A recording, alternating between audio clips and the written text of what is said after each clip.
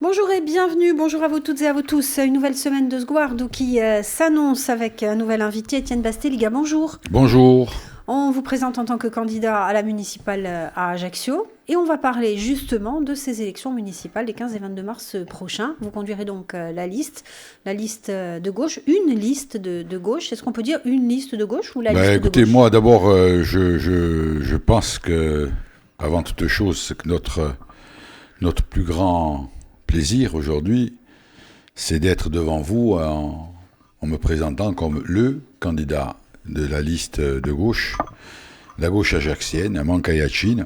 Nous avons beaucoup travaillé avec nos amis, du moins avec tous ceux qui ont voulu continuer de travailler avec nous. Ensuite, malheureusement, il n'en manque quelques-uns. De tout mon cœur, j'espère que d'ici là, on pourra dire qu'il y a non pas la Mankayachin, mais tutti i Mankayacini, tutta la gente che vuole bene con noi, i bracci e noi sono sempre a parte. Donc aucune polémique, mais surtout la volonté de faire ce que quelqu'un m'a dit ce matin dans le supermarché, puisque nous avons inauguré notre permanence. Nous avons réussi à avoir nos panneaux, à Saint-Jean d'ailleurs, puisque nous sommes à Saint-Jean. Et j'ai été acheter un bouquet de fleurs. Je vais vous raconter cette histoire parce qu'elle vaut son pesant d'or. Et en sortant, quelqu'un m'a vu avec le bouquet de fleurs à la main et il m'a dit « Cosa è sta fare ?» J'ai dit « La chiametta a casa all'Unione ». Et il m'a dit « Ah, dopo avoir 5 ans, non votavo più ». Et il m'a dit très simplement, avec ma femme, on avait décidé de ne plus voter parce que voyant la gauche en morceaux comme elle était, nous avions décidé de ne plus voter. Il a dit pour la première fois depuis 5 ou 6 ans, au premier tour, on sera avec vous. Il n'a pas voulu dire avec toi, avec cette gauche XY. Le rassemblement de la gauche, c'est pour moi quelque chose de fantastique. Et l'union de la gauche, c'est un mot magique et je pense qu'en ce moment, il prend forme. C'est la première étape de la reconstruction? Écoutez, nous avons eu la chance à un moment donné d'être aux affaires. Nous avons prouvé ce que la gauche pouvait faire à Ajaccio, c'est-à-dire pratiquement à un moment donné reconstruire une ville qui était dans une situation assez catastrophique, contrairement à ce que j'entends dire aujourd'hui par ceux qui nous ont succédé. Je pense que la reconstruction de la gauche, vous le voyez bien aujourd'hui, si vous me posez cette question avec beaucoup de sincérité, quand on voit ce qui se passe au plan national, parce qu'il ne peut pas y avoir de politique de justice sociale en Corse si on n'a pas fondamentalement au plan national une politique de justice sociale, une politique de démocratie et une politique de relance économique. Quand on voit ce qui se passe aujourd'hui au plan national, on se dit que notre petite initiative ajaxienne, à un moment donné, il faut qu'elle prenne, de l'ampleur. On s'assoit, on se regarde, on se dit des choses si on a à se dire, mais à un moment donné, il faut savoir que François Hollande, le secrétaire général du Parti communiste, Roussel, il faut savoir que M. Morel, le secrétaire général du Parti socialiste, il faut savoir que l'on soit de Force ouvrière, de la CGT, de la CFDT, de l'UNSA aujourd'hui, on a en face de nous un pouvoir qui ne lâche rien. Ça veut dire qu'à un moment donné, quand on a eu des grandes réformes avec Martine Aubry, je ne peux pas dire j'ai honte d'avoir un jour soutenu les réformes de Martine Aubry. Quand on voit aujourd'hui dans le domaine du logement ce qui a été la grande loi sur le logement de M. Quillot, qui était un grand ministre socialiste, je ne peux pas dire aujourd'hui que tous les socialistes sont tous à jeter à la mer. Comme si un socialiste venait me dire aujourd'hui que tout ce qui a été fait avec le Parti communiste est quelque chose de mauvais. C'est pas vrai. Il faut impérativement qu'on ait la capacité, l'intelligence et le courage surtout de regarder vers l'avant et ne plus regarder vers l'arrière. Du moins, c'est mon point de vue. Moi, peut-être, étant donné que je ne suis encarté à aucun parti, peut-être c'est plus facile, mais je pense que d'autres peuvent le faire. Vous avez dit sans polémique, on essaye de rassembler le plus largement possible, à gauche bien évidemment, mais ça ne va pas être chose simple. Il y a la gauche de Jacques Casamart qui n'est pas prête de vous rejoindre pour l'heure. Il y avait Anne-Marie Luciani qui est au départ dans la démarche et puis qui semble plus s'orienter vers la liste de Jean-André Minicogne. Écoutez, pour quelqu'un qui veut battre la droite, s'orienter vers la liste de M. Minicogne, moi je n'ai pas envie, franchement, j'ai pas envie. On est trop bien en ce moment.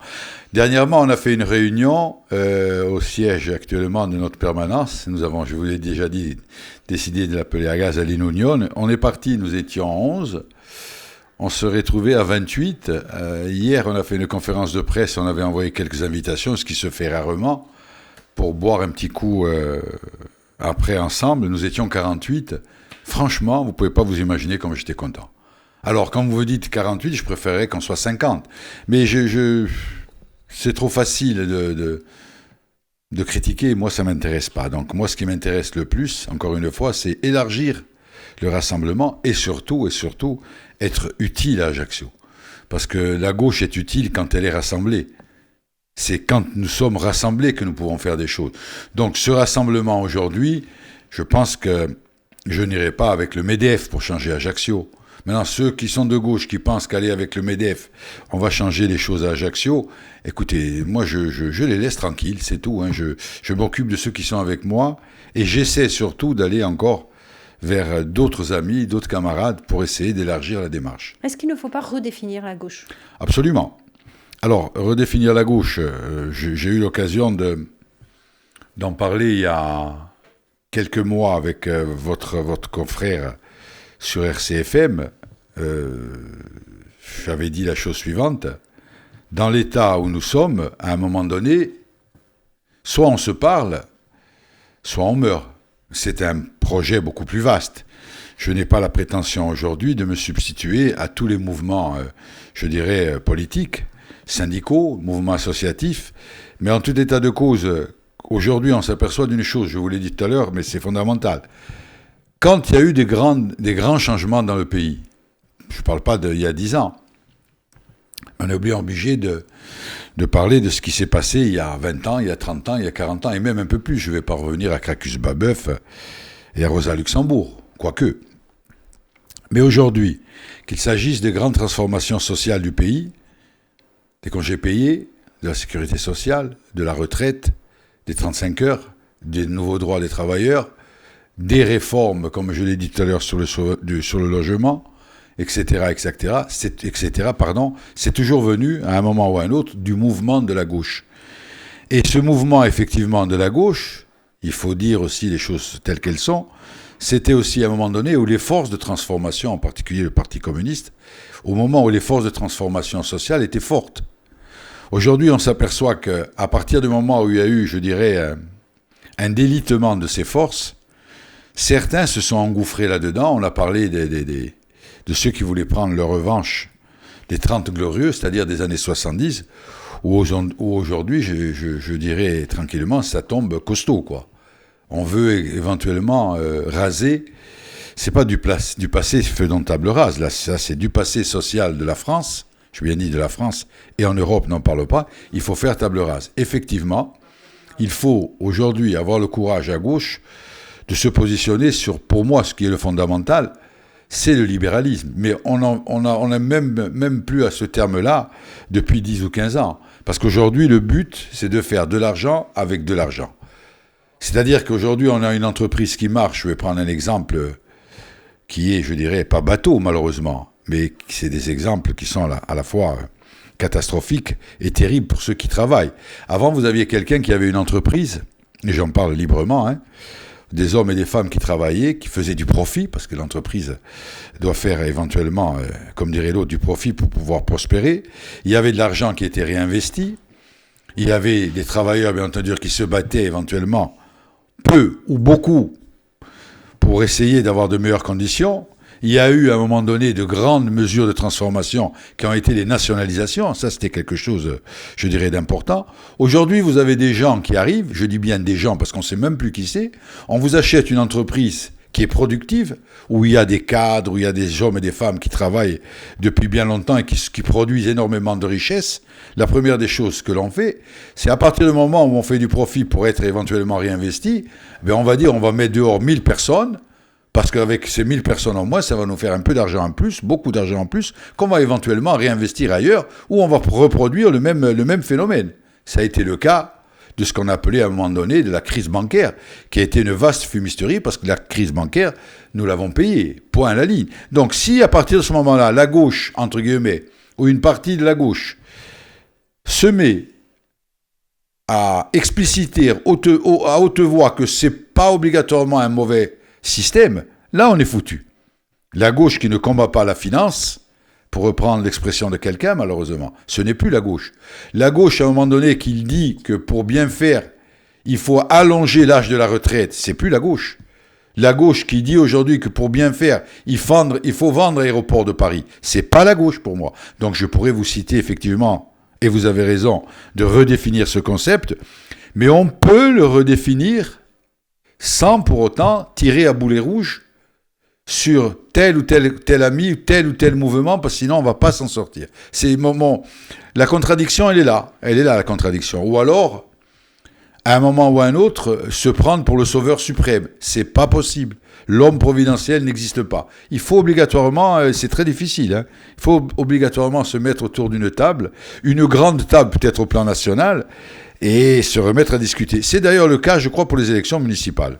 Pas qu'à Ajaccio. Pas qu'à Ajaccio. Brièvement, pour terminer, cette absence de justice sociale au niveau national, est-ce que vous la ressentez aussi au niveau régional, au niveau de la collectivité ? Écoutez, si on regarde ce qui pour moi est le plus important, hein, ce sont les chiffres. On a assez parlé des chiffres du chômage, on a assez parlé des chiffres de la pauvreté, on parle souvent des perspectives qui sont données à telle ou telle catégorie de personnes pour prétendre au logement social dans nos résidences. C'est des chiffres assez astronomiques. Oui, il y a aujourd'hui une paupérisation dans certains secteurs, et de cette paupérisation, on s'aperçoit qu'à contrario, il y a, et c'est pas, je dirais, un gros mot de le dire, les statistiques aujourd'hui des impôts et de l'INSEE, puisqu'on parle des statistiques, on s'aperçoit qu'en Corse, et c'est tant mieux pour eux, je dis toujours ça en rigolant, mais je suis très sérieux, le nombre de personnes qui paient l'impôt sur les grosses fortunes en Corse, en l'espace de 10 ans, a pratiquement triplé. Il faut croire que le fossé se creuse, parce qu'on n'est pas quand même dans les nuages ici, on est sur Terre, hein, dans le cadre national et européen. Hein. En un mot, Étienne Basteliga, la majorité territoriale à la collectivité de Corse, libérale ou sociale ? Écoutez, moi, en un mot, je pense que Macron est très fort au plan national pour faire passer des vessies pour des lanternes. E in nostra Corsica ci sono d'altri, non sono mica Macron, non si chiamano mica Macron, ma fanno a poco presto la stessa cosa. Merci beaucoup. Adia tamanta strada, d'après me, in su momento, e tamanto voce. On va parler d'un sujet qui vous tient particulièrement à cœur, c'est le sujet du PLU de la ville d'Ajaccio. Donc on vous a entendu vous positionner clairement sur ce PLU dans l'opposition actuelle notamment. L'actuelle majorité déclare que ce PLU a été renouvelé, que tout ce qui a été construit, tout ce qui a été acté avant relève de l'ancienne municipalité. Est-ce que, bien évidemment, on pense que vous inscrivez en faux contre cela ? Mais d'abord, nous avons géré la ville, entre guillemets. Quand je dis nous, moi, j'ai jamais pris pour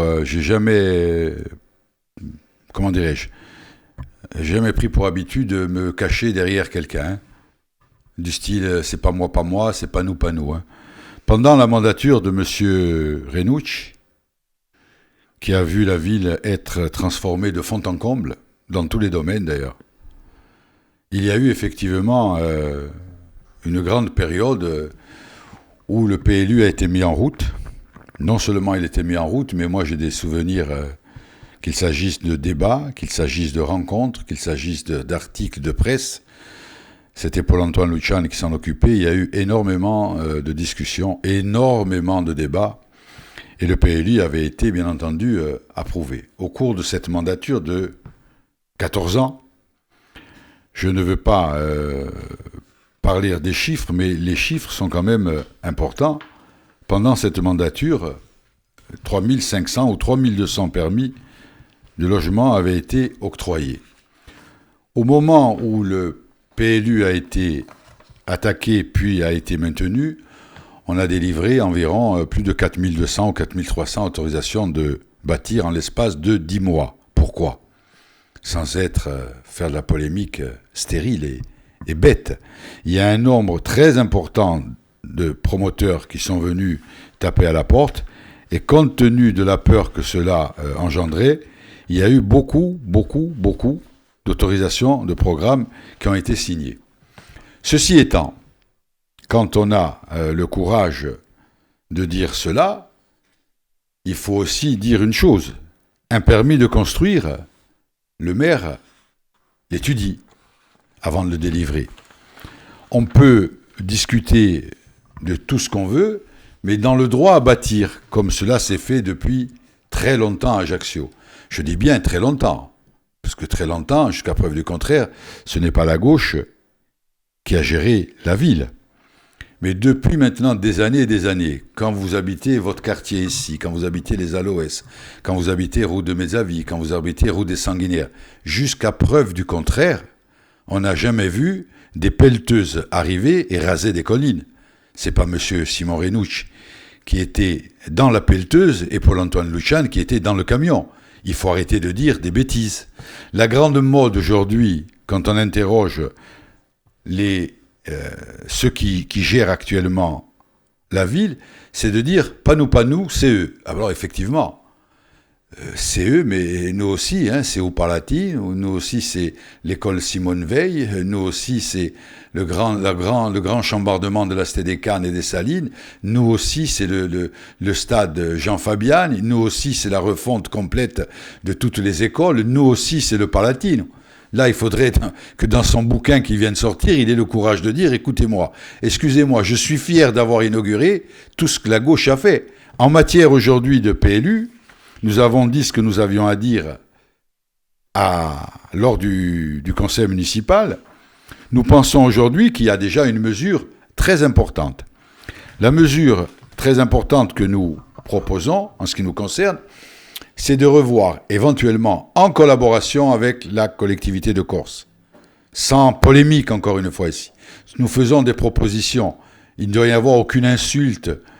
C'est de dire aujourd'hui, nous avons un gros souci sur Ajaccio et sur la Corse. Les espaces stratégiques à revoir dans le cas du PADUC, c'est quelque chose d'important. Il faut qu'on se remette autour d'une table pour voir la carte des espaces stratégiques agricoles sur Ajaccio et ailleurs, pour pouvoir installer, comme nous l'avons fait sous la mandature de M. Renouch, des agriculteurs, parce que c'est possible, le maraîchage, les fruits, les légumes, l'élevage, tout ça, on peut le faire sur Ajaccio. Ça, c'est important.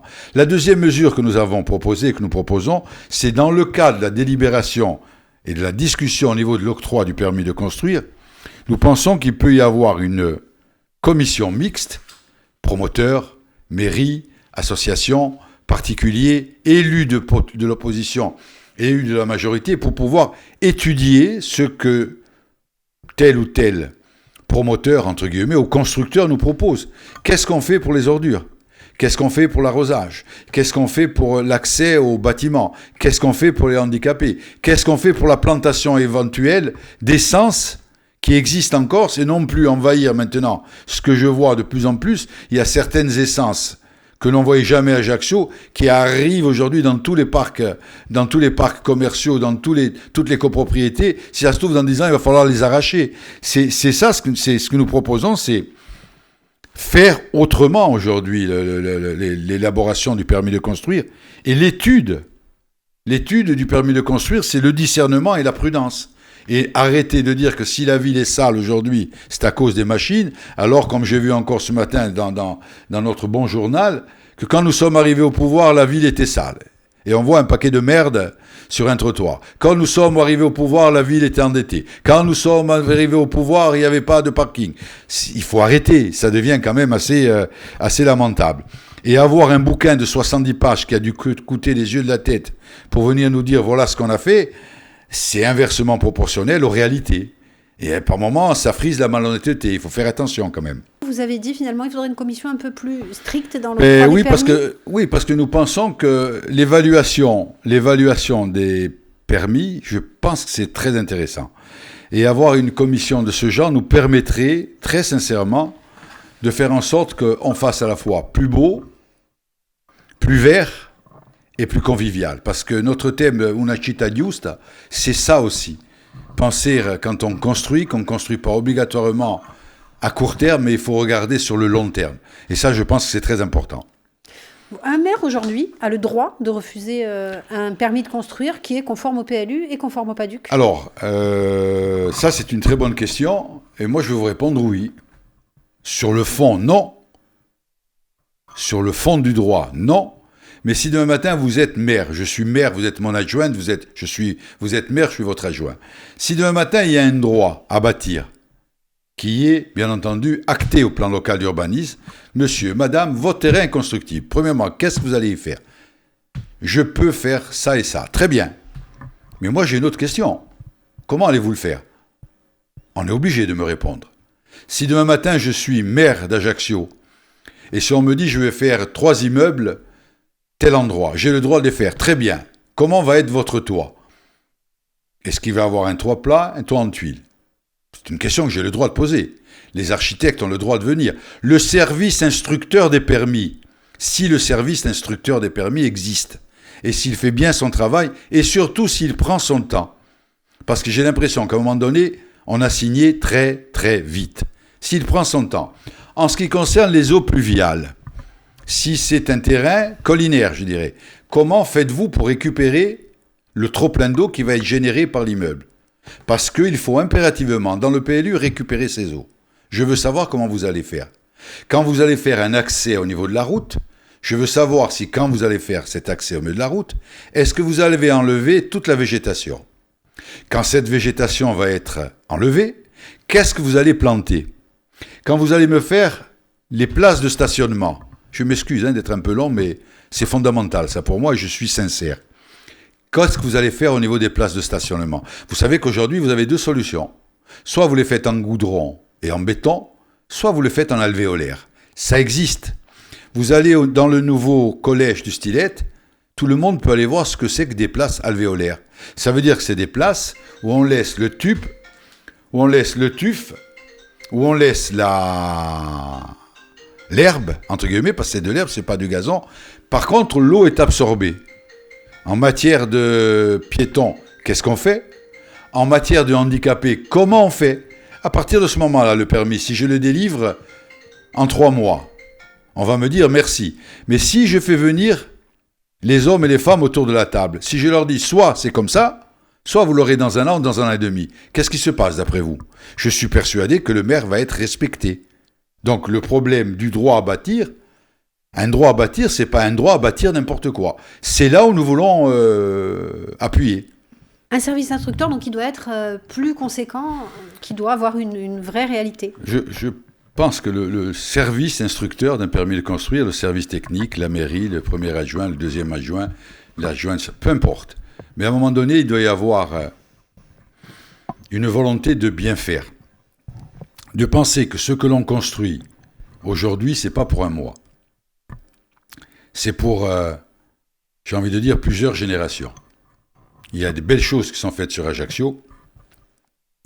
Je pense qu'on peut faire de belles choses. Comment dirais-je? On n'est pas condamné à avoir des barres de béton sur Ajaccio. C'est pas vrai. Je pense qu'il faut faire très attention. On a évoqué dans une autre émission le problème du libéralisme. C'est aller vite, vite, vite, faire de l'argent vite, vite, vite. Si possible, ça ne doit pas être le but. Je ne dis pas d'en perdre, mais à un moment donné, si dans un programme, quel qu'il soit, vous avez 100 000 euros qui sont investis dans les espaces verts, c'est mieux que 10 000 euros, croyez-moi. Et 100 000 euros dans un programme immobilier, c'est pas beaucoup. Ou 200 000. Je le dis sincèrement, c'est pas beaucoup. Sous la mandature de Simon Renucci, tous les programmes ont été étudiés d'un point de vue architectural. On peut Écoutez, dire ça quand même. je ne peux pas parler d'études architecturales, parce que l'art étant ce qu'il est, un architecte pourra me dire, moi je trouve cela beau, moi je pourrais le répondre, je le trouve moins beau. Adapté à une typologie. Mais par contre, adapté quand même à une typologie, aujourd'hui, quand vous êtes, je reprends encore l'exemple parce que c'est important, on ne peut pas dire qu'Ajaccio est une ville plate. Est-ce qu'on peut adapter les constructions au terrain, autant que faire se peut? Est-ce qu'on peut avoir, je le répète, nos arbres? Est-ce que c'est si difficile de garder, quand on fait une promotion, d'abord les arbres qui existent, où je sais que ça a été fait dans d'autres endroits, replanter des chênes, il y a des pépinières, ça ferait même travailler énormément nos pépinières, je dis. Je ne parle pas d'importer obligatoirement, mais on pourrait avoir quelque chose de beaucoup plus joli. On peut mettre, je vais employer un terme, mettre en jauge 50 arbousiers quand on les enlève avec un bulldozer et les laisser dans un coin, entre guillemets, les spécialistes comprendront, moi ça me plaît, en jauge, et les remettre ensuite si on veut. Si on ne veut pas obligatoirement planter parfois des arbres, vous le voyez aussi bien que moi. C'est quand même assez horrible de voir un projet immobilier et quand vous arrivez, vous avez des bâtons qui font 40 cm et on vous dit dans 10 ans, ils pousseront. C'est pas sérieux. C'est pas grand-chose, mais sur le court terme, c'est pas beau et sur le long terme, ça peut changer l'aspect d'une ville. On en a bien besoin en ce moment avec ce qui se passe. On va parler d'un phénomène qui a tenu pas mal de réunions. C'est le phénomène de dérive mafieuse ou de mafia. Il y a plusieurs collectifs qui sont nés. Le collectif Maftim Souzine, le collectif Avitaillé à Mafiano, également le collectif porté par Corinne Front, et des débats qui vont avoir lieu à l'Assemblée de Corse avec des auditions. Aujourd'hui, est-ce que vous estimez, vous, qu'on est dans un contexte de dérive mafieuse, dans un contexte de présence de mafia en Corse en général et à Ajaccio en particulier? Je pense que ce que nous découvrons aujourd'hui, c'est pas un phénomène nouveau. Première des choses. Le malheur, ça a été la mort d'un jeune homme qui a été froidement assassiné et qui a fait en sorte que rejaillisse, je dirais, cette envie de dire non. Basta. Ça, c'est quelque chose de très important. Et le fait que la société corse réagisse à ce genre d'événement est pour moi, bien entendu, vous l'aurez compris, quelque chose d'assez plus que positif d'ailleurs. J'ai eu l'occasion avec des amis de parler de ça parce que je n'ai pas participé, parce que c'est très clair, hein, je n'ai pas participé au débat qui s'est tenu sur Ajaccio pour des raisons bien simples. C'est qu'à un moment donné, je me souviendrai tout le temps, quand nous étions à l'Assemblée de Corse, je crois que c'est Albert Ferrache qui avait parlé d'un phénomène de pré-mafiosisation de la Corse, pré-mafia. Il s'était fait copieusement huer à l'Assemblée de Corse. Albert Ferrache. Quand je dis huer, c'est en disant vous n'avez pas le droit de dire ça. Aujourd'hui, nous avons en Corse de l'argent qui circule dans divers domaines. Et cet argent, cette économie, attire beaucoup de convoitises. Il y en a qui travaillent, qui se lèvent le matin de bonne heure, de très bonne heure, responsables, chefs d'entreprise. Et là, j'en reviens à ce que je vous ai dit dans une autre émission, l'entreprise, le chef d'entreprise, l'entreprise, c'est ce qui crée la richesse aussi.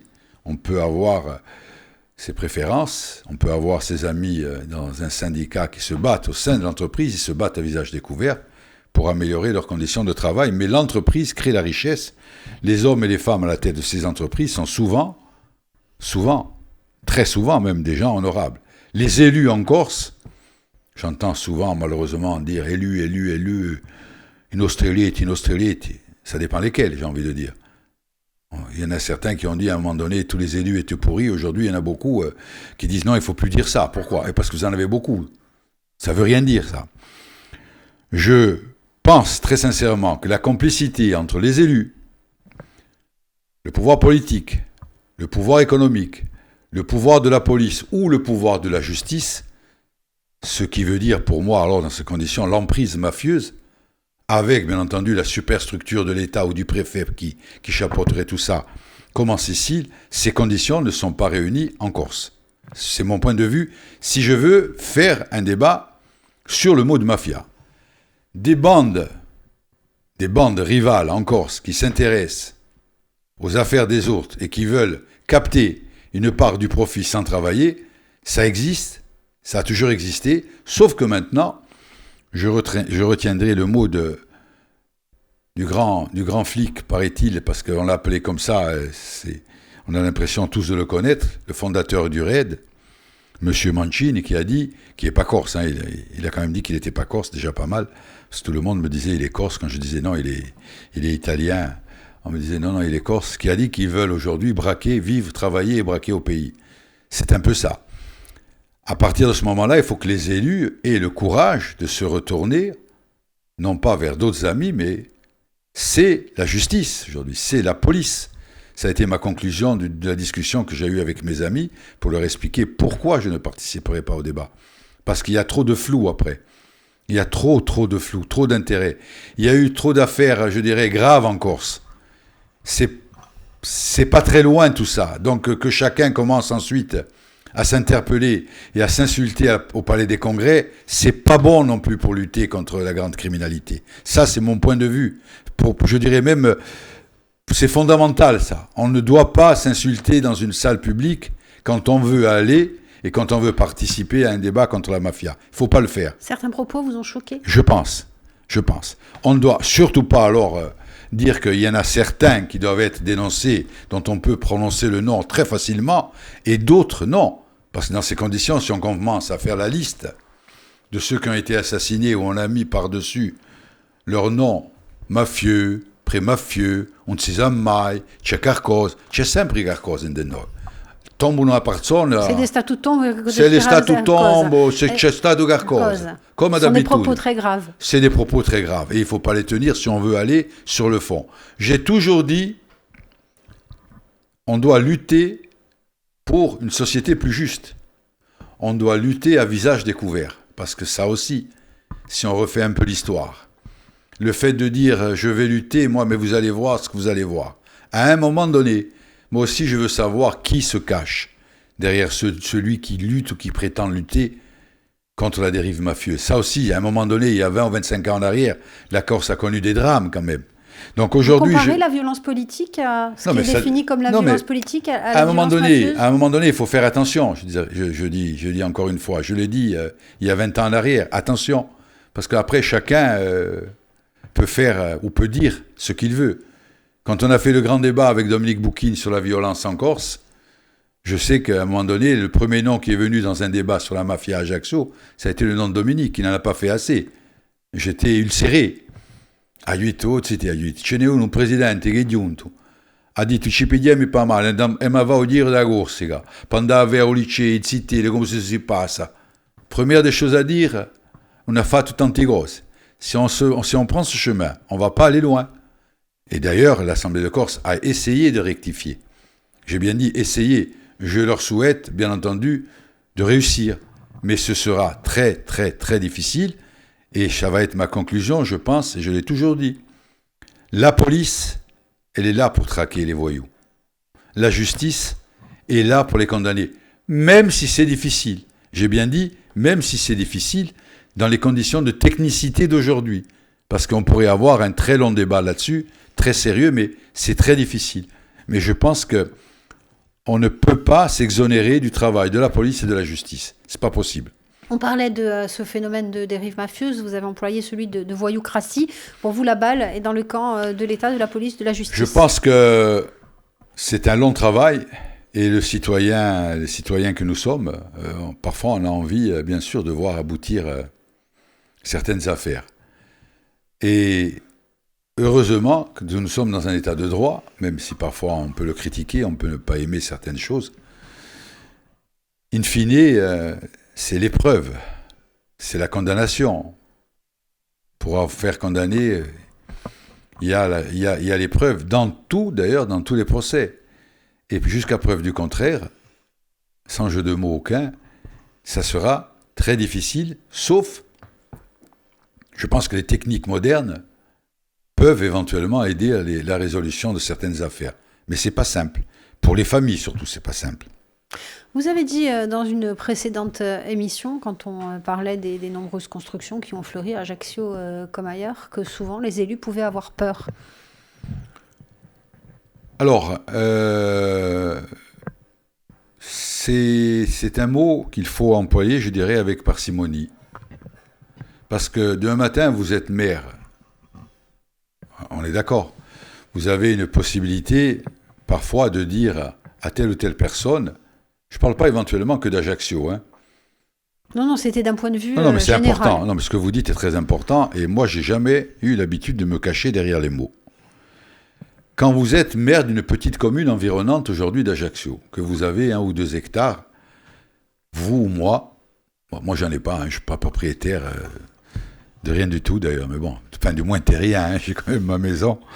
Mais quand vous avez des gens qui viennent vous voir, une famille qui vient vous voir en disant, oh, mais regarde, t'as dit on est, oui.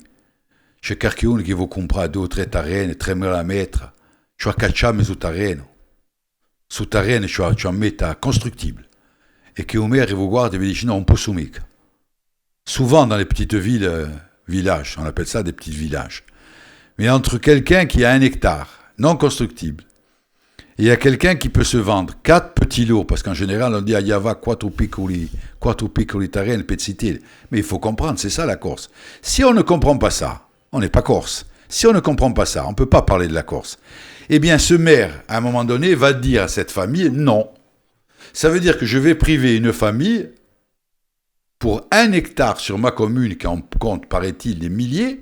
Je vais leur dire, eh bien, vous n'allez pas vendre vos 4 terrains à 200 000 euros l'un. J'exagère à peine, mais j'exagère plus. Près ce que ça vaut. Moi qui étais dans le métier, je pense que je suis un peu dépassé parfois. Je suis dépassé par les événements d'ailleurs. Donc ça veut dire que ce maire, est-ce qu'il a peur en disant non, oui ou non? Je ne pense pas. Par contre, c'est plus ses amis là. Hein. Parce que vous allez vous dire, je vais priver une famille de mon village d'une ressource de 600 à 700 000 euros. Imaginez le maire d'Ajaccio, le maire de Bastia, le maire de Calvi, le maire de Porto Vecchio, qui lui va se mettre en tête, comme je vous disais la dernière fois, des spizziga on permet c'est des goustrous, et qui va lui dire, bon, on va regarder, on va voir, tu comprends. Celui-là, il va faire perdre un promoteur immobilier, peu importe. Hein. Il va dire, mais il y a 15, 10, 20, 30, 40 millions d'euros en jeu. Alors, dans ces conditions, il y a quand même la clarté.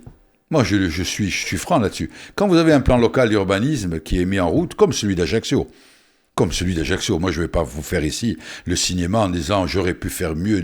Oui, on peut toujours faire mieux. Mais il ne faut pas critiquer bêtement. Il y a 71 000 habitants aujourd'hui à Ajaccio. La croissance de la population, c'est de 1% par an. On peut faire mieux. Nous, quand on dit, par exemple, que le terrain de l'hôpital doit faire l'objet d'une délibération particulière, on doit réfléchir à l'emprise de l'hôpital. Oui, on doit réfléchir à l'emprise de l'hôpital. Publiquement, c'est ce que je vous ai dit là dans une autre émission. Au niveau de la commission locale, qui réfléchit avec des citoyens. Par contre, les terrains qui ne sont pas dans l'emprise de l'hôpital, ceux-là doivent rester tels qu'ils sont. Punte et basta. Ou alors, on paye, on les achète et on fait un parc paysager. Mais on n'a pas le droit de dire à un propriétaire, on s'en fout de tes terrains, par exemple. Donc, pour en revenir à l'histoire de la peur, oui, vous pouvez dire, dans ces conditions-là, j'ai peur d'avoir mal, mais je n'ai pas peur d'avoir peur. Et à partir de ce moment-là, je m'en vais trouver le procureur de la République et le service de la police. Je ne peux pas faire autre chose. Parce que si je fais autre chose, c'est-à-dire aller voir d'autres amis de mes amis, alors là, c'est la ligne à ne pas franchir. Quels que soient vos amis, parce que ici, chacun connaît, mais il y a une ligne rouge, jaune, à ne jamais franchir. Ça, c'est le plus important pour un élu. Ajaccio, on va parler d'une autre problématique importante pour la Corse et pour Ajaccio aussi, c'est la problématique des déchets. Alors, il y a beaucoup de choses qui se passent. Il y a les centres d'enfouissement qui s'ouvrent et qui se ferment. On entend beaucoup de gens s'apostropher à propos de cette problématique des déchets. Il y a la mise en balle à Ajaccio qui a été proposée par la ville d'Ajaccio, la CAPA, y compris à des territoires limitrophes. Aujourd'hui, vous, si demain vous arrivez aux responsabilités, qu'est-ce que vous allez proposer ? Alors, la première des choses, bien faire attention quand on parle des déchets. Ne pas résoudre cela aux ordures ménagères uniquement, englober, je dirais, le système qui aujourd'hui fait sa loi, c'est-à-dire le système qui nous propose tous les jours d'acheter davantage, de plus en plus, qui nous envoie les pactages et qui ensuite nous les fait payer pour les reprendre. Ça, c'est un grave problème. On voit ce qui se passe actuellement en Méditerranée et dans le monde entier. C'est quelque chose que nous devons regarder d'un point de vue national, au point de vue international, faire en sorte de moins produire de déchets, mais ça c'est un vœu pieux, il faut être honnête. Par contre, il faut un jour ou l'autre, dans un délai de 20 ans, il faut impérativement régler ce problème qui est la production de certains déchets. En ce qui concerne notre beau pays, la Corse, première des choses que nous devons dire, si nous sommes honnêtes, Nous sommes indépendants. Je répète, nous sommes indépendants dans le traitement et la gestion de nos déchets. Et ça depuis bien longtemps. Pas la peine de modifier la loi, pas la peine de modifier la Constitution, pas la peine de monter à Paris voir Macron. Tocca a voi, tocca a noi, tocca a tout le monde. Donc aujourd'hui, nous produisons plus de 150 000 tonnes de déchets. Nous accueillons et nous voulons accueillir de plus en plus de croisiéristes. Je lis ça tous les matins. L'État conserve quand même une compétence dans le traitement des déchets, oui. Même si une partie a été déléguée à la collectivité. Il peut même éventuellement avoir une grosse compétence et il est prêt à les mettre, c'est l'argent. Parce qu'il y a 48 millions d'euros, d'après Madame la Préfète, et je lui fais confiance, qui dorment encore. Je dis que nous voulons accueillir de plus en plus de visiteurs, nous voulons accueillir de plus en plus de passagers, de croisiéristes, ce qui par moments me pose beaucoup de problèmes quand je vois ce que ça laisse parfois. Nous accueillons beaucoup de plaisanciers, personne n'y pense à ça. Pourtant, parfois ils ne sont même pas comptabilisés. Dans quel état sont nos ports? Il y a une grosse amélioration, mais peut mieux faire. Donc, vous avez dit, on se retrouve à un moment donné avec des tonnes et des tonnes de déchets. Il y a ce que nous appelons le tri, les recycleries, les déchetteries. Il y a ce que nous pouvons faire, je dirais, individuellement. Moi, je sais que j'ai toujours dit, et je le répète, et je suis prêt à en débattre avec n'importe qui, si tout le monde, 80% des Corses aujourd'hui font ce que je fais en matière de tri, je pense qu'il y aura beaucoup plus de chômeurs en Corse. On est d'accord? Et je veux même installer une caméra chez moi, dans mon jardin, partout. Quand j'avais l'entreprise, quand je travaillais, c'est toujours le cas aujourd'hui. Reste le problème qu'à un moment donné, nous ne sommes pas des Alsaciens. Il faut avoir le courage de le dire. Et que nous avons aujourd'hui un problème à gérer qui, dans quelques semaines, dans quelques mois, va devenir un grave problème sanitaire. Très grave problème sanitaire. La communauté d'agglomération du pays ajaccien a décidé aujourd'hui de récupérer la grande majorité des déchets des communes environnantes, par une mise en balle avec une presse à balles qui fonctionne correctement, même s'il faut la réparer très souvent. Je vous signale que les pièces, je l'ai lu, mais je le savais, viennent de Suède. Vous voyez comment quand on peut faire simple, chez nous, on fait compliqué. Les pièces viennent de Suède, transférées au Civadec, ça c'est toujours le même brouille chez nous, parce que c'est très compliqué. Donc on se retrouve aujourd'hui avec une problématique qui est terrible. On exporte le carton, on exporte le bois, on exporte le fer, et on ouvre des centres d'enfouissement. Aujourd'hui, la crise, j'ai été un peu long, mais je pense que c'est très important, il n'y a plus personne qui veut laisser enfouir. Alors, on a beau me dire, tous les matins, tous les jours, dans tous les journaux, à l'Assemblée de Corse, nous avons décidé, nous avons voté, nous vous disons qu'il faut faire comme ça. Oui, mais comment on fait? Ah, sboudiette, oui. C'est plus tenable. Soit la collectivité de Corse, le Civadec et les autres se réunissent en disant, voilà, comment on fait? On prend la compétitivité, la compétitivité. On prend la responsabilité du traitement des déchets de A à Z, ce qui, à mon avis, ne sera jamais fait parce que, actuellement, avec le nombre d'hommes et de femmes qui gravitent autour de la collectivité de Corse, je crois qu'il leur manquerait plus que ça, et là, ça explose pour de bon, parce que il n'y a plus rien qui se fait pratiquement. Mais au niveau des déchets, il y a effectivement le tri, le surtri si on veut, mais quand on regarde chez nos voisins sardes, parce que là on va faire venir des Italiens, mais chez nos voisins sardes, on ne veut pas regarder ce qui se passe. Quand on regarde dans toutes les régions de France, d'Europe, on a dit, et on répète, pour les 20 ans qui viennent, si on n'est pas capable de réfléchir à un autre mode qui va être la valorisation des déchets, valorisation je énergétique. pense que on a vu aujourd'hui, on a vu dernièrement une très belle émission. Moi, je sais que là-dessus, j'essaie d'aller prendre le maximum de renseignements, mais nous sommes aujourd'hui pas à saturation, madame. C'est que dès qu'on va ouvrir Vigianel, on va bloquer. D'ailleurs, maintenant, c'est bloqué. On ouvre Vico, on bloque. Ajaccio a été le plus grand centre d'enfouissement, j'ai envie de dire, sauvage que la Corse ait connu. On a mis des millions et des millions entre la mairie et l'ACAPA pour rénover Saint-Antoine. On est en train de créer des Saint-Antoine dans toute la Corse.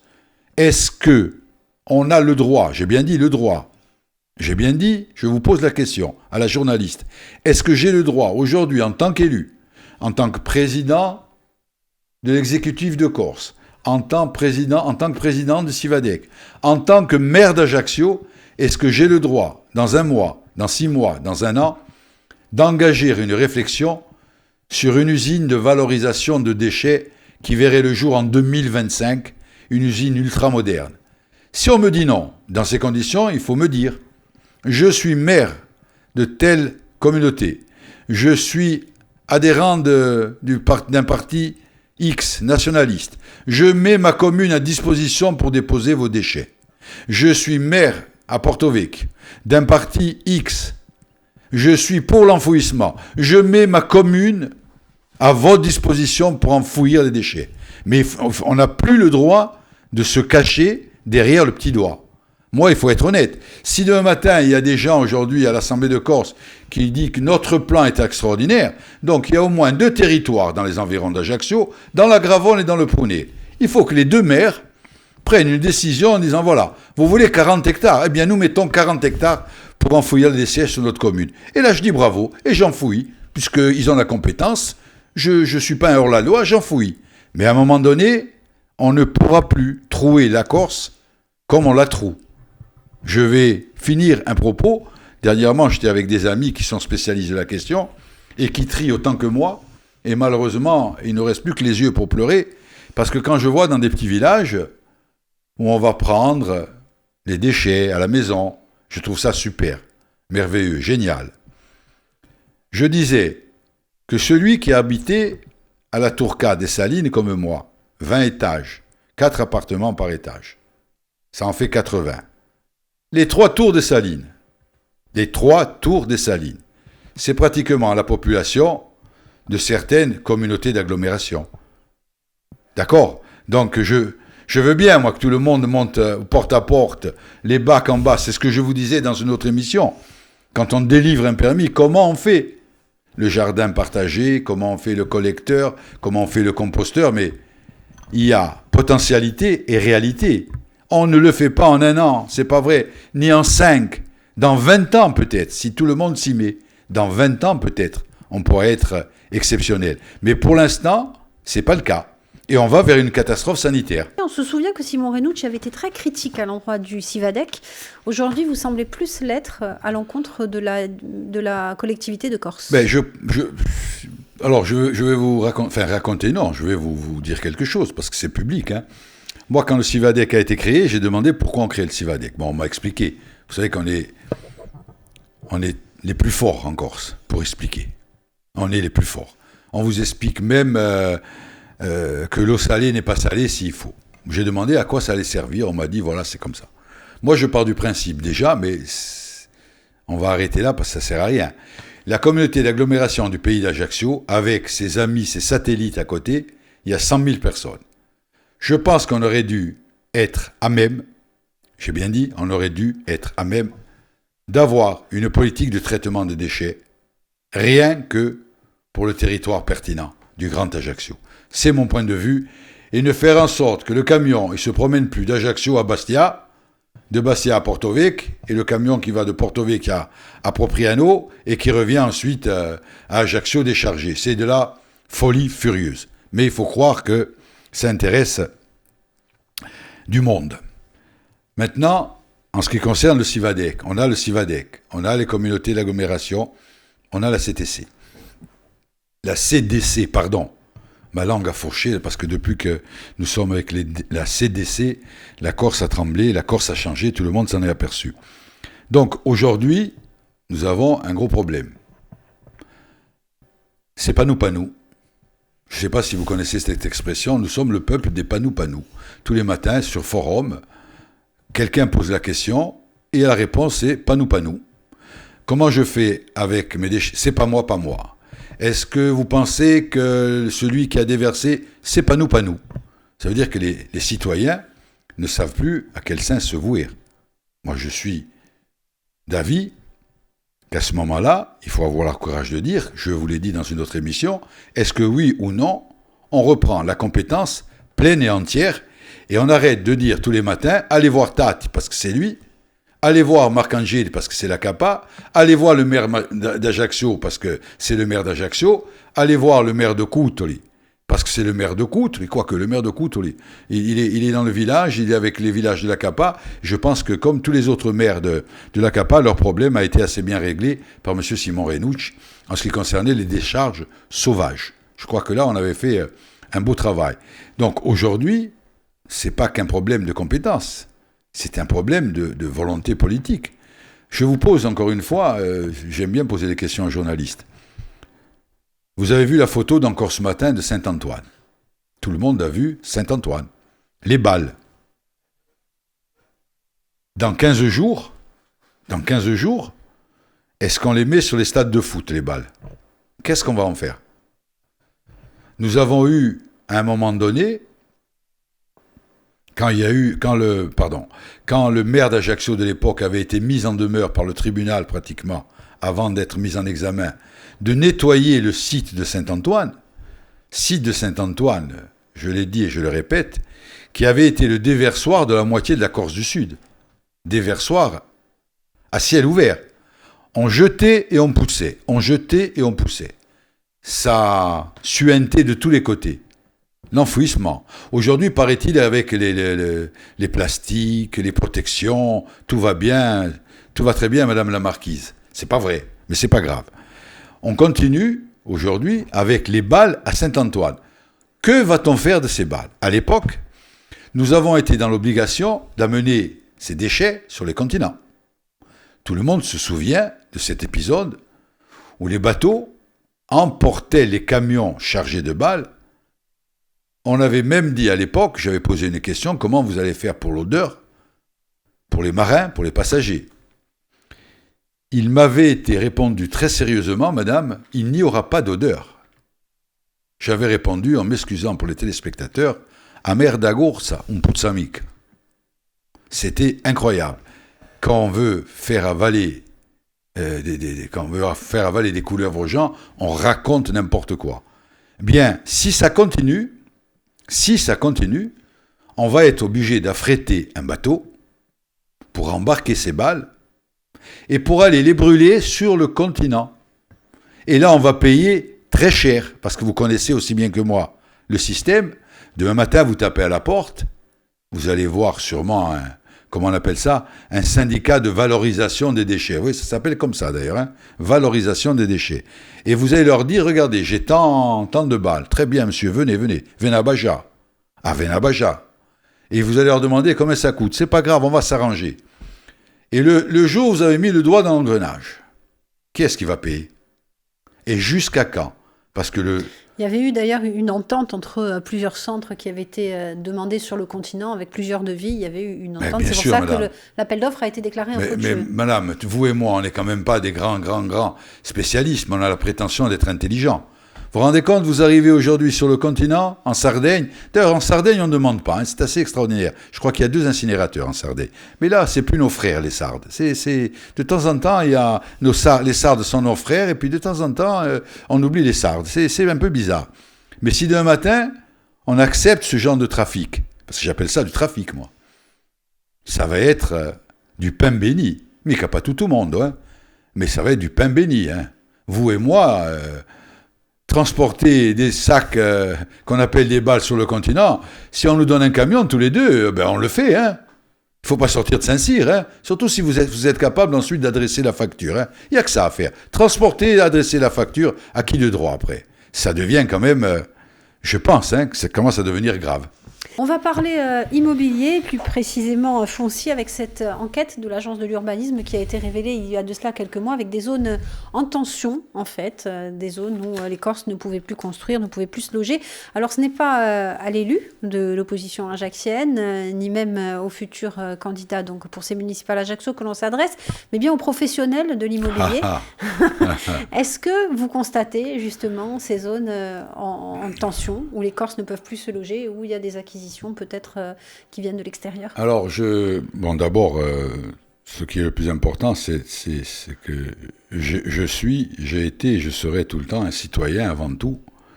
Et même quand je suis interrogé, ma qualité de professionnel de l'immobilier, c'est mon métier, ça a été mon métier et j'en suis très fier. Mais je serai toujours, bien entendu, avant tout, un citoyen avec mes idées politiques.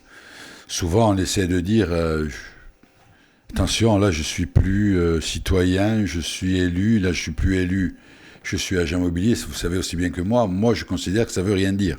C'est gentil de votre part d'essayer de faire en sorte d'être parfois un boulanger. Il est boulanger quand il est candidat à une élection. S'il est communiste, c'est un boulanger communiste, mais c'est aussi un boulanger. Et il n'a pas à dire je ne fais pas de politique parce que je suis boulanger quand ça m'arrange. En ce qui concerne les zones de tension de l'immobilier, je me souviens, parce que nous sommes en direct, peut-être que les gens ne le savent pas, donc j'ai en mémoire une émission que j'avais été invité par une chaîne de télévision, et j'en avais discuté longuement avec d'autres confrères qui avaient dit « Oh, bof, passer à la télévision comme ça en direct ». Je dis « Pourquoi ?» Je dis « Rien d'extraordinaire ». Et nous avions fait le tour de la rive sud, et nous avions été sur la route des Sanguinaires. C'est quelque chose qui vous parle, c'est un peu le sens de votre question.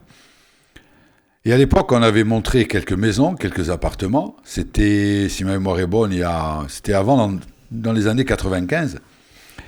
Et on s'apercevait que les prix qui étaient pratiqués sur ces zones étaient des prix déjà très élevés. Ce qui veut dire qu'aujourd'hui, ces prix sont encore beaucoup plus élevés et ils empêchent les Corses fauchés, j'ai bien dit, je vais vous faire rire, les Corses qui n'ont pas d'argent ne peuvent pas acheter. Il y a 25 ans en arrière, les Corses qui n'avaient pas d'argent ne pouvaient pas acheter. Quand j'étais conseiller territorial à l'Assemblée de Corse et qu'on a présenté certaines mesures, nous avons été les seuls à nous élever contre cette pseudo-philosophie qui consiste à dire que pour faire baisser les prix en Corse, je vais répondre à votre question, il faut un statut de résident. Je m'étais élevé fortement, à la fois idéologiquement et économiquement, contre cette mesure, qui est une mesure qui ne servirait, à mon avis, à rien. Pourquoi ? Le plus important pour moi, d'abord, c'est la dignité du logement. Un logement digne. À città giusta, vous voyez bien que je suis à la fois dans mon rôle de candidat et d'agent immobilier. Je peux ne pas être d'accord avec telle ou telle proposition, mais fondamentalement, aujourd'hui, una città giusta, c'est de donner la possibilité aux Corses et aux non-Corses qui vivent chez nous, qui n'ont pas les moyens de s'acheter un logement, de vivre dans un beau logement, de vivre dans une belle résidence, de vivre dans un bel appartement, avec tous les moyens à sa disposition, toutes les commodités. Ça s'appelle le logement locatif aidé, ça s'appelle le logement social. Ça, c'est fondamental. Le problème du logement en Corse, c'est d'abord de donner la possibilité à ceux qui n'ont pas les moyens de s'acheter un appartement, d'en avoir un beau, d'avoir un beau et bon logement. En ce qui concerne les tensions que vous évoquez actuellement sur le prix de l'immobilier, un fonctionnaire, il y a 20 ans en arrière, ne pouvait pas s'acheter une villa pied dans l'eau sur la route des Sanguinaires.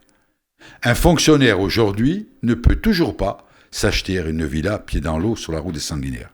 Ce qui a fondamentalement changé, c'est qu'une certaine catégorie de la population en Corse, qui était aisée, cette catégorie aujourd'hui ne peut plus avoir accès à certaines zones, parce que le marché, ce que vous appelez le marché en tension, c'est des marchés aujourd'hui où nous sommes, sans vouloir donner de leçons bien sûr, entre 5 et 6 000 euros du mètre carré. Ce sont des prix, pour l'instant, j'ai bien dit pour l'instant, qui sont attractifs pour ceux qui peuvent éventuellement se loger. La deuxième chose, j'ai eu la chance de voir Mme Pinel dernièrement sur nos ondes et dans nos journaux qui expliquait qu'en Corse, il faudrait faire quelque chose pour lutter contre la spéculation immobilière. Je ne sais pas quelle mouche l'a piqué, mais venant de Mme Pinel, elle a érigé un système qui consiste à dire « vous achetez l'appartement, je vous en paie pratiquement la moitié » par des déductions fiscales, tant mieux pour ceux qui peuvent le faire. Moi, je ne l'ai pas fait. Je ne possède pas d'ailleurs de résidence secondaire et de logement locatif. Ça, c'est pas un scoop, tout le monde le sait. Mais aujourd'hui, venir me dire il faudrait inventer des mesures, alors que législativement, elle a créé des mesures qui facilitent ce genre d'opération, je dis il faut le faire. J'en reviens pas. Au niveau ensuite, au niveau des dispositions fiscales, il y a aujourd'hui, en Corse, quand j'ai participé à une dernière réunion sur le continent, on m'a posé la question en me disant « Mais comment se fait-il que vous n'ayez pas de projet immobilier en Corse permettant aux Corses d'acheter des appartements en défiscalisation ?»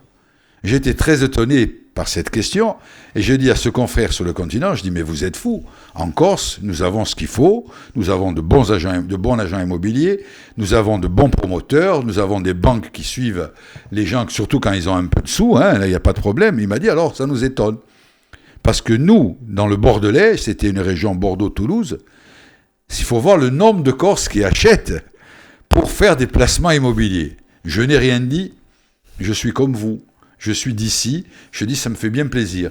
Quelque part, je me disais, tiens, la grande nouveauté chez nous, c'est faites ce que je dis, mais ne faites pas ce que je fais. Donc l'attention immobilière, oui, le prix de l'immobilier est devenu parfois, dans certaines zones, c'est de la folie. Je vous le confirme. J'ai dit dernièrement avec des amis, attention, les prêts à 1% sur 25 ans, les taux, puisque vous voulez me faire parler de ça, on peut y parler, les taux bas, l'allongement de la durée des crédits, l'augmentation automatique qui est entraînée des prix qui montent, si à un moment ou un autre, il y a un petit souci au niveau des prix, on risque d'avoir l'effet inverse. Ça, aujourd'hui, je veux bien, moi, lutter contre l'augmentation des prix, faire plus de logements sociaux, c'est important. Faire très attention. Surtout donner les moyens aux communes de faire du logement social. Au niveau des communes, c'est quelque chose, quand j'en avais parlé à l'Assemblée de Corse, c'est aider les communes à installer des jeunes en leur donnant la possibilité de construire leur maison quand ils le peuvent, mais en mettant à leur disposition des terrains. Ça serait intéressant. Mais attention au phénomène au niveau de l'immobilier en Corse, parce que ça pourrait vite se retourner. L'office foncier. Ah, ça, bon, madame, l'office foncier, j'ai envie de vous faire une bise. L'office foncier, ça a été une grande victoire. Je me souviens avec Maria Giudicelli, quand le gouvernement a accepté, bon, c'était un grand mot, parce qu'il y a eu quand même avec M. Jacob des bons moments à l'Assemblée de Corse. On sent parfois, certains veulent tout oublier, mais en fin de compte, il y a eu beaucoup de choses qui ont été faites. Beaucoup de choses qui ont été faites. C'est vrai qu'on parlait beaucoup, peut-être un peu moins que maintenant, mais il y a beaucoup de choses qui ont été faites. L'Office foncier de Corse, parce que c'est l'Office foncier de Corse, a été une grande victoire. Il a été financé à la fois par le gouvernement, entre guillemets, par l'État, parce que l'État reste, les gouvernements passent, par l'État et par l'Assemblée de Corse, et surtout, on avait demandé une modification. Est-ce bien? Est-ce moins bien? L'avenir nous le dira, où l'État n'intervient plus au niveau de la politique de l'Office foncier de Corse. L'Office foncier de Corse, fondamentalement, c'est quelque chose qui aurait dû, à un moment donné, faire tout son possible pour avoir et pour donner aux communes, pour donner aux établissements publics de logement social la possibilité d'acheter des terrains, de les mettre en valeur et de construire. La priorité des priorités, c'était ça. Aujourd'hui, très sincèrement, je ne suis plus élu à l'Assemblée de Corse, je suis comme vous, donc je m'informe, je regarde ce qui se passe sur votre radio, j'écoute, sur la télé, je regarde, dans les journaux, je lis, mais je pense que quelques achats, personnellement, je crois que quelques achats de l'Office public foncier, on aurait pu les éviter. C'est mon point de vue, mais j'aime pas critiquer comme ça, sans avoir les gens en face de moi. J'aime pas, mais je le dis quand même. Par contre, ces 2 dernières années, moi qui ai fait le tour de Corse, encore une fois, avec Maria Giudicelli, quand on allait voir les maires à gauche, à droite, en Balagne et ailleurs pour le Paduc, entre autres, pour expliquer ce qu'on était en train de faire, souvent on a parlé de ce qu'on avait parlé dans l'autre émission, qu'est-ce qu'on peut faire pour les Corses, pour les jeunes couples, pour les Corses. Alors notre proposition, j'avais défendu ça d'ailleurs, c'était de dire, vous avez le lotissement communal, quand dans une commune X ou Y, hein, personne n'interdit, le maire d'Île-Rousse, le maire de Pourtic, le maire de Lisoulil, le maire de Cotitiavre, le maire d'Albitrèche, c'est-à-dire Émoline, personne ne leur interdit, sur un terrain communal, de créer un lotissement communal. Et au lieu de vendre les terrains à 200 000 euros, il peut viabiliser les terrains et vendre les terrains 40 000 ou 50 000 euros pour récupérer ne serait-ce que les frais. Et dire à des jeunes du village, des jeunes de la commune, avec un règlement qui stipulerait que vous avez le droit d'acheter ce terrain parce que vous ne possédez pas de biens immobiliers sur la commune. Ça permettrait à des jeunes de s'installer et surtout, ça oui, ce serait une façon communale de dire non, je n'achèterai pas le terrain à 300 000 euros, je n'ai pas l'argent, mais je peux l'acheter à 40 000 euros. Deuxième solution, c'était transformer certains logements en ruines, c'est parce qu'il manque en Corse, dans le cadre de notre fameuse indivision, et de dire je les transforme en logements communaux et je mets à l'intérieur des jeunes du village, des jeunes de ma commune. La demande, ces 2 dernières années, venant de ces maires, est très forte. Très, très forte. On a abandonné le blabla idéologique et je m'aperçois souvent que ça marche bien et j'en suis très, très content. Merci, on terminera donc sur cette note positive, Étienne Basté. Les gars, merci beaucoup d'avoir passé cette semaine en notre compagnie et à bientôt. Merci à vous et à bientôt, j'espère.